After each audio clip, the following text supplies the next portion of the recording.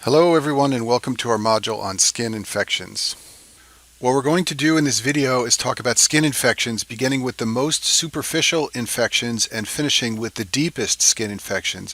So we'll start with impetigo, and the reason we're starting with impetigo is because this is a very superficial skin infection.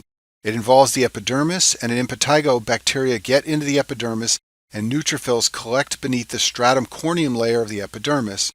The neutrophils and the bacteria lead to the formation of macules and papules, which can rupture and cause erosions. In addition, the rupture can lead to dried sebum on the skin, and this creates the classic so-called honey-colored crust of impetigo. This is a picture of a child with impetigo on the screen here. This disorder is common among children, and you can see that there's a honey-crusted lesion on the face. Impetigo is highly contagious. We'll talk about the bacteria that cause it in a minute. And this has implications for children because this often occurs in children. So if a child develops impetigo, that child has to be sent home from school and cannot return until he or she has gone to the pediatrician and been on antibiotics for at least 24 hours. There are two subtypes of impetigo. The first type is called impetigo contagiosa. It's also called non-bullous impetigo. This is the traditional and most common form of impetigo. It typically affects the face and the extremities, and it's caused usually by Staph aureus, but also sometimes by beta hemolytic strep. And by this I mean mostly strep pyogenes, which is group A beta hemolytic strep. And this form of impetigo leads to the classic honey-crusted lesions like we talked about on the last slide. The second form of impetigo is called bullous impetigo, and this form gets its name because in bullous impetigo, bullae form on the skin. This is a picture of a bulla shown on the screen here. It's a fluid-filled collection. Some people will simply call it a blister. This form is also seen in children. The trunk is more commonly involved in bullous impetigo, and this form is always caused by Staph aureus. Now, I told you that the traditional honey-crusted form can be caused by Staph aureus, and I also told you that this bullous form is always caused by Staph aureus. So why does Staph aureus sometimes lead to the non-bullous form of impetigo and other times lead to bullous impetigo? Well, let's talk about that now. Some strains of Staph aureus produce a toxin called exfoliative toxin. It's also called exfoliatin, and this toxin destroys keratinocyte attachments. The way it does this is by cleaving the desmoglein 1 complex, and it's high yield to remember this for step 1. This is a desmosome protein that links keratinocytes together. So when strains of Staph aureus produce this toxin, keratinocyte attachments get destroyed in the stratum granulosum.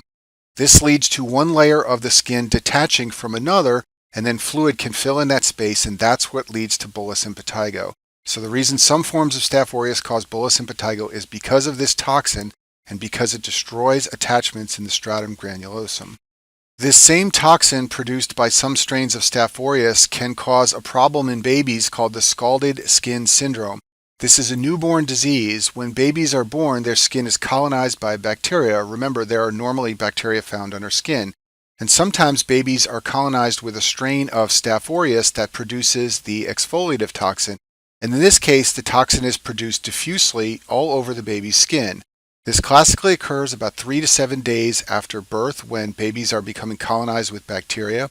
The baby can develop fever and then diffuse erythema, and the skin can begin to slough off. This is a picture of a baby with the scalded skin syndrome here. You can see that the skin is peeling or sloughing off.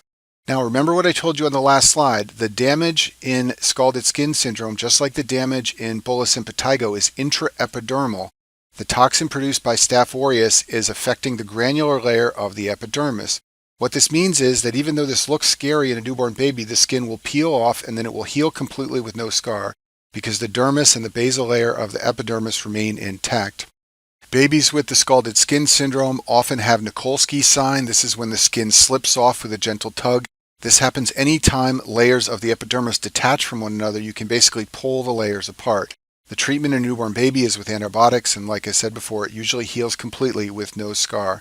So just like bullous impetigo, the scalded skin syndrome is related to Staph aureus, and it's related to that exfoliative toxin destroying keratinocyte attachments. Now let's talk about the skin infections erysipelas and cellulitis. We'll talk about these together because they have many features that overlap.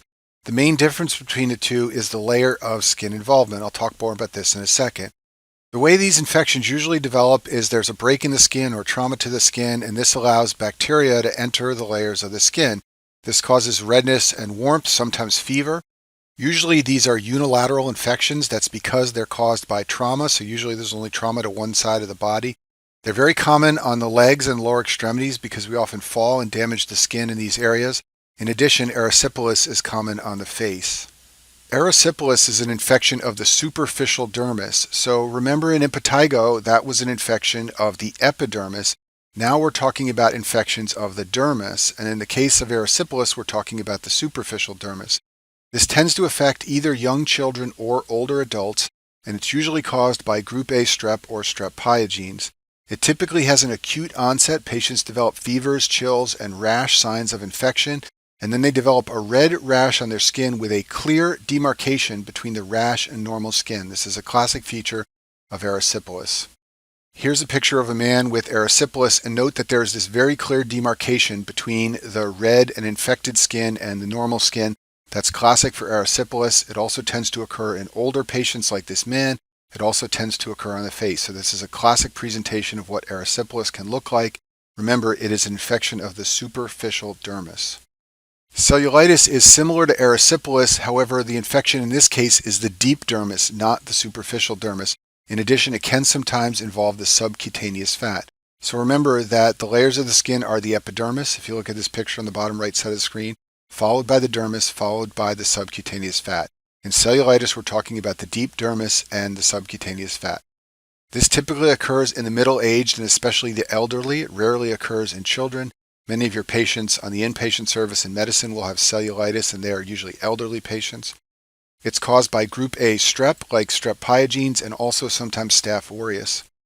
In contrast to erysipelas, this tends to have a slower onset. It doesn't have that abrupt onset with fever and chills. A slower onset of a rash, focal pain, and warmth over a few days. And then another classic feature of cellulitis that distinguishes this disorder from erysipelas is that the borders are ill-defined and they tend to spread out over time. Here's a picture of a man with cellulitis. Note that it's hard to tell precisely where the border is. There's some deep red over in this area here, and then it gets lighter, and then there's normal skin here. It's not as clearly demarcated as erysipelas. In addition, cellulitis tends to spread outward, so when patients are being treated, often you will mark the edges of the rash so that you can tell from one day to the next whether the rash is expanding or receding. Another skin infection that is related to cellulitis and erysipelas is a skin abscess. A skin abscess is a collection of pus. Pus is made up of neutrophils and bacteria, and in a skin abscess, a walled-off collection of pus develops in the dermis or subcutaneous space. This is usually caused by Staph aureus, and it leads to the presence of a red, painful nodule on the skin. The skin over the area of pus will be tense and raised. I'll show you a picture of this in a minute. And this often develops as a complication of cellulitis and erysipelas. You can imagine that if these processes lead to bacteria in the skin, that sometimes an area of pus can become walled off. And it's important to recognize a skin abscess because it usually requires incision and drainage. Antibiotics have difficulty penetrating the walled off area of the abscess. Here's a picture and a cartoon of a skin abscess. If you look at the picture on the left side of the screen, notice that the skin is raised and tense above the abscess. This needs to be incised and drained to let the pus out, and then the area can heal. So now we've talked about impetigo, which is a superficial skin infection involving the epidermis. We've also talked about cellulitis and erysipelas, which is an infection involving the dermis. Now we're going to talk about necrotizing fasciitis, which is the deepest skin infection. It's also the most dangerous. Necrotizing fasciitis gets its name because it's infection of the fascia. Let's look at this cartoon on the bottom left side of the screen here. We've got the epidermis as the most superficial layer.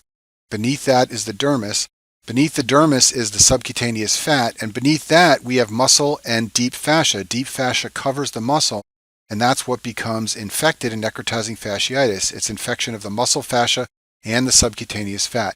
This leads to destruction or necrosis of all the tissue above the fascia, so that this tissue on the left starts to look like this cartoon on the right, where we've got all sorts of holes from necrosis of the tissue. You can have gas down in the deep tissues.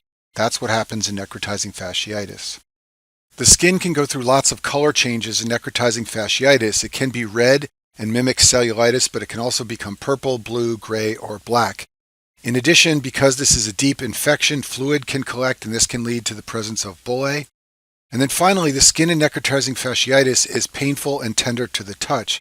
Classically, the pain is out of proportion to the exam, meaning there's an apparently minor rash or injury with exquisite tenderness in the skin overlying the injury. In fact, sometimes the injury is so minor that patients don't think it's a skin process, they think they have a muscle injury because the muscle beneath the skin is so painful. Now, eventually, as necrotizing fasciitis gets worse, the pain stops and the patient develops skin anesthesia, and that's because at this point nerves have been destroyed. Crepitus can occur in necrotizing fasciitis. Crepitus is a physical exam finding. It's a crackling sound you can hear when the skin is pressed, and it's caused by gas under the skin. Remember, the infection in necrotizing fasciitis is very deep, so when bacteria produce methane and carbon dioxide, which are gases, this can lead to bubbles under the skin, and these will make a crackling sound when you press on the skin. Here's a picture of necrotizing fasciitis. Note the multiple different colors. Some areas are red, but others are pink, purple, or even black, and this would be very painful to the touch on physical exam, possibly with the presence of crepitus. Necrotizing fasciitis is often fulminant and deadly. It carries a very high mortality rate. One of the reasons for this is that the infection can spread quickly and easily along the muscle fascia. The fascia has a poor blood supply, so this allows uncontrolled spread of the bacteria. Necrotizing fasciitis requires urgent surgical debridement, and if you go into surgery, you will often be called by the emergency room to come down and evaluate patients who have rashes. What the emergency room doctor wants to know is, do you think this is necrotizing fasciitis that should go to the operating room? Obviously, you don't want to unnecessarily operate on a person who has a simple case of cellulitis. On the other hand, you don't want to send home an early case of necrotizing fasciitis because that patient can potentially die. There are two types of necrotizing fasciitis. The first type is polymicrobial. It often involves anaerobes like Bacteroides and Clostridium. In addition, it involves other bacteria like strep and staph. This occurs in patients who have some cause of immunocompromise of the skin, so in diabetics, in patients who are immunocompromised for any other reason, and also in patients with vascular disease who have poor blood flow to the skin. And this type of necrotizing fasciitis usually occurs following surgery, so a patient has a skin incision as part of a surgical operation, and following that, necrotizing fasciitis develops. The second type is usually caused by group A strep, sometimes it's caused by staph, and this is the type that occurs in otherwise healthy people after some minor skin injury. This is the scary type where a person can have a fall and a minor injury to their skin and then develop the life-threatening infection necrotizing fasciitis. So the classic case to know for your boards is minor skin trauma or someone who is diabetic or immunocompromised after surgery.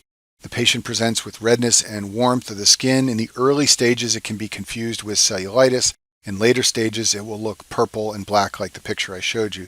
Pain will be out of proportion to exam. There may be crepitus, and then in addition, especially in a board question, they will often describe fever or possibly hypotension as a signal that this patient has a serious and life-threatening infection. And that concludes our video on skin infections.